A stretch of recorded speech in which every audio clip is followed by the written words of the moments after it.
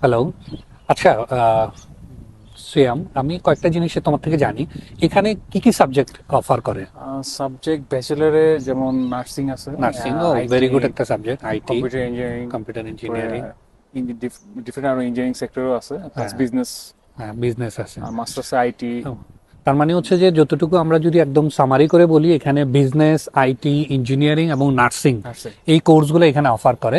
এবং আমাদের বাংলাদেশ থেকে যারা এখানে পড়তে চায় তারা ইন্টারমিডিয়েট পাশ করার পরেই চাইলে অ্যাপ্লাই করতে পারবে, অথবা অনেকে আছে আমাদের বাংলাদেশ থেকে ডিপ্লোমা কমপ্লিট করে ইঞ্জিনিয়ারিংয়ের মধ্যে, ডিপ্লোমা কমপ্লিট করেও চাইলে অ্যাপ্লাই করতে পারবে।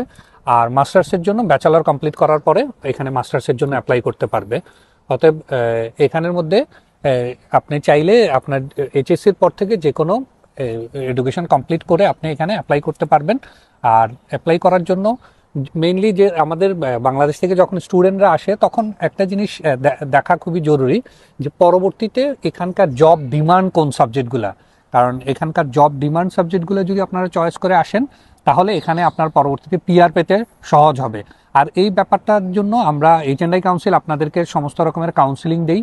আপনারা যখন আমাদের অফিসে আসেন তখন আমরা এই ব্যাপারটাতে ডিসকাস করি যে আপনার পরবর্তী কেরিয়ার প্ল্যান, বা আপনি যেই কান্ট্রিতে যাবেন ওই কান্ট্রির জন্য জব ডিমান্ড সাবজেক্ট কোনটা, পরবর্তী পিআরে আপনার কোনটা হেল্পফুল হবে, এই সব কিছু নিয়ে আমরা আপনাদেরকে হেল্প করব। আশা করি আমাদের অফিস ভিজিট করবেন। অফিস ভিজিট করলে এই সমস্ত বিষয়গুলো আপনারা জানতে পারবেন।